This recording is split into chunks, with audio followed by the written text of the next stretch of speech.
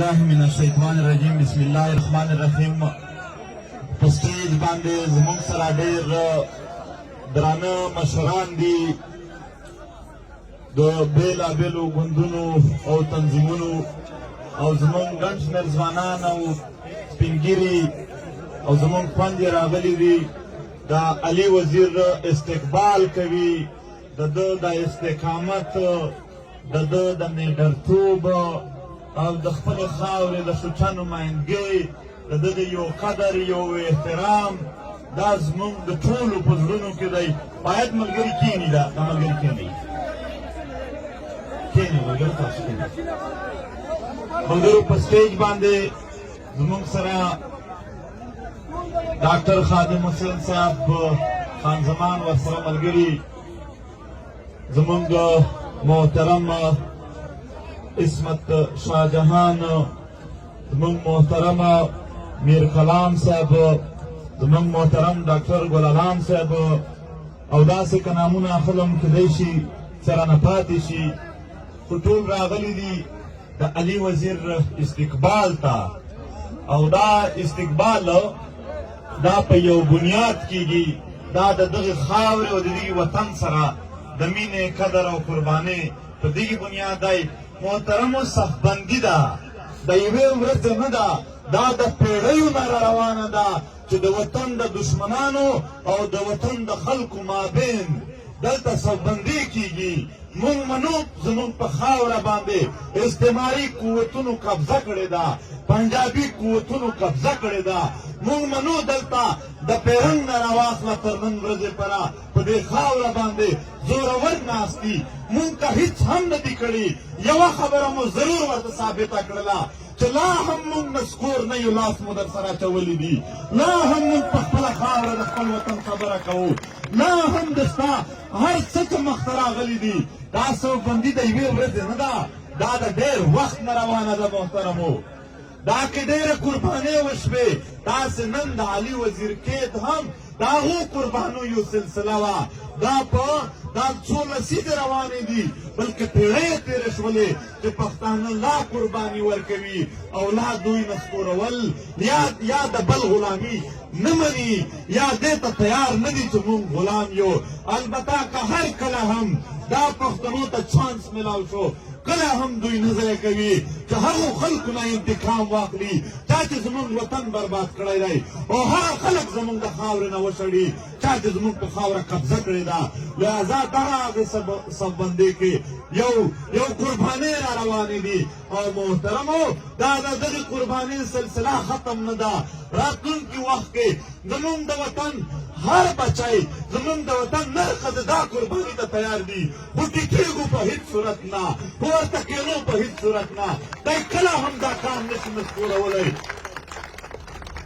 دا خامخیالي وه چې په 26 میاشتې جیل به زه علي وزیر ټیټ کړمه، هغه نه ټیټېږي. هغه په 18 جنازو باندې وړوکې خبره نه ده کړې، کمزورې خبره نه ده کړې. نو 26 میاشتې جیل څه شی وي؟ هغو په مخ کې د خپل خاندان نسل در نسل قربانۍ پرتې دي. هغه نه ستا دا توقع څنګه وشوه چې زه به جبر وکړم او دی به ما ته کمزوری شي؟ هېڅکله نشي کېدلی. دا د پښتونخوا، دا د پښتون وطن، دا د پښتونولۍ یو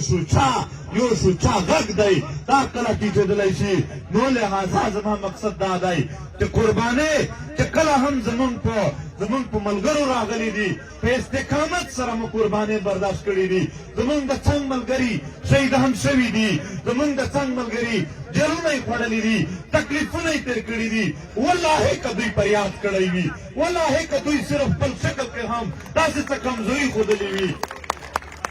البته دا ضرور وایو چې کامونه په یوه ورځ نه جوړېږي، کامونه په یوه ورځ نه راټولېږي. کامونه چې یو ځای ته رسېږي دا وخت اخلي، خو سټپ بای سټپ ماحول لګیا دی. ورځ تر بلې زموږ کام راټولېږي، او دا چې راټول شي بیا به نتیجې هر چا ته معلومې دي چې هغه به څه شی وي. دلته زه دا خبره هم کول غواړم چې د علي وزیر دپاره هر تنظیم، مختلفو ګوندونو، مختلفو تنظیمونو، سیاسي خلکو، سماجي خلکو، وکیلانو، صحافیانو ټولو غږ چې چا پورته کړی دی چې چا هم د ده لپاره هلې ځلې کړي دي مونږ یې د زړه له تله د هغو ټولو مننه کوو ولې دا یو قومي فکر و او دوی خپل شمار کړ او دا یې په مخ بوتلو او داسې چې چا نیک خواهشات هم لرلي دي د هغو هم مننه دا داسې څه کېد نه و چې علي څه جرم کړی و هیڅ جرم یې نه و کړی البته د دغې خاورې سره چې کومه دشمني لګیا ده تاریخي دا د هغې جبر شکار شوی و خو بیا هم ملګري دا یو باور ولرئ چې ستاسو مشرتابه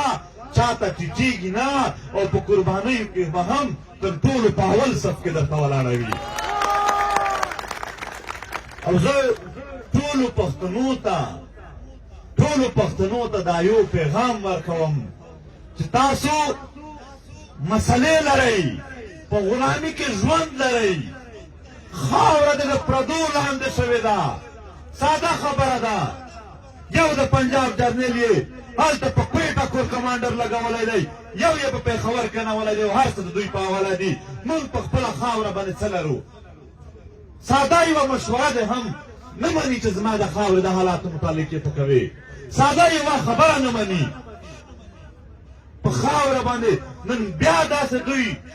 د ډالرو د ګټلو دپاره ستا وینې تویول غواړي زه بیا وایم څو ورځې اول په پېښور کې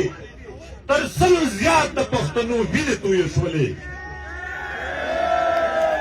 او خبره څه وشوله یو وزیر اعظم راغی یو یې چیف اف آرمي سټاف راغی یو دوې کیسې وشولې خبره ختمه شوله ستا وینې دومره ارزانې دي پښتونه ستا وینې دومره ارزانې دي چې 2 سړي راغلل 2 بیانونه یې وکړل وینې توی شولې او ختم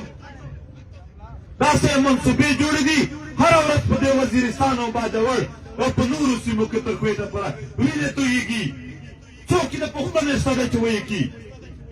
د دغې دپاره که څوک دا مسله حل کول غواړي حل یې اتحاد دی راځئ چې سره کښېنو نن یې حل کول غواړئ نن راشئ زموږ په جرت کې به کمی نه راځي خو البته که کام زر راټول نه شو ډېر نقصان ته به سیخ شي د ډېرو ستونزو سره به مخامخ شي نو لهذا کام ته پیغام دی چې زر تر زره په دې صفبندي کې چې د ظالم او د مظلوم جوړه ده چې د پښتون د دشمن جوړه شوې ده راشه د خپل کام سره ودرېږه راشه د خپل وطن سره ودرېږه نو یو ځل بیا هم دلته راغلي خلکو مننه کوو دا ګران علي وزیر د استقبال دپاره زمونږ د تحریک د ملګرو دا مشوره ده چې موږ دته استقبال هم په متحد صورت کې د یو جلسې په صورت کې ورکوو چې په هغه کې موږ ټول په یو ځای د استقبال وکړو په هغه کې به د ټولو ګوندونو خلک دلته نن راغلي وو د وخت د وجې هغو ټولو ته موقع نه شو ور چې هغو ټولو ته هم موقع ورشي چې دوی کومې هلې ځلې کړي دي یا دوی د علي وزیر د دغې قربانیو ته کوم احترام لري چې د هغو اظهار هم دوی وکړي او ورسره استقبال یې هم وشي د دې دپاره به د نارت وزیرستان د پی ټي ایم سره زمونږ په 1 ګنټه کې دننه مشوره وي او په دا 1-2 ورځې کې دننه به یو جلسه وي هغې دپاره به یعنې مونږ به چې څومره هم خلک استقبال کول غواړي یا د په تفصیل سره خبر اورېدل غواړي هغه به یو په متحد صورت کې دلته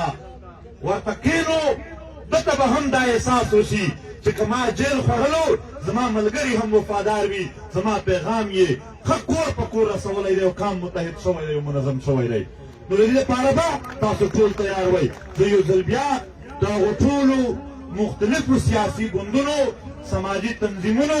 زمونږ خوند یې او زمونږ د هغو ټولو مشرانو نه بخښنه غواړم چې د وخت د کموالي په اساس باندې دلته دوی نمایندګي خبره نه وکړه خو دوی ته به خامخا موږ دغه پنډال را جوړوو مننه کوم خوشحاله اوسئ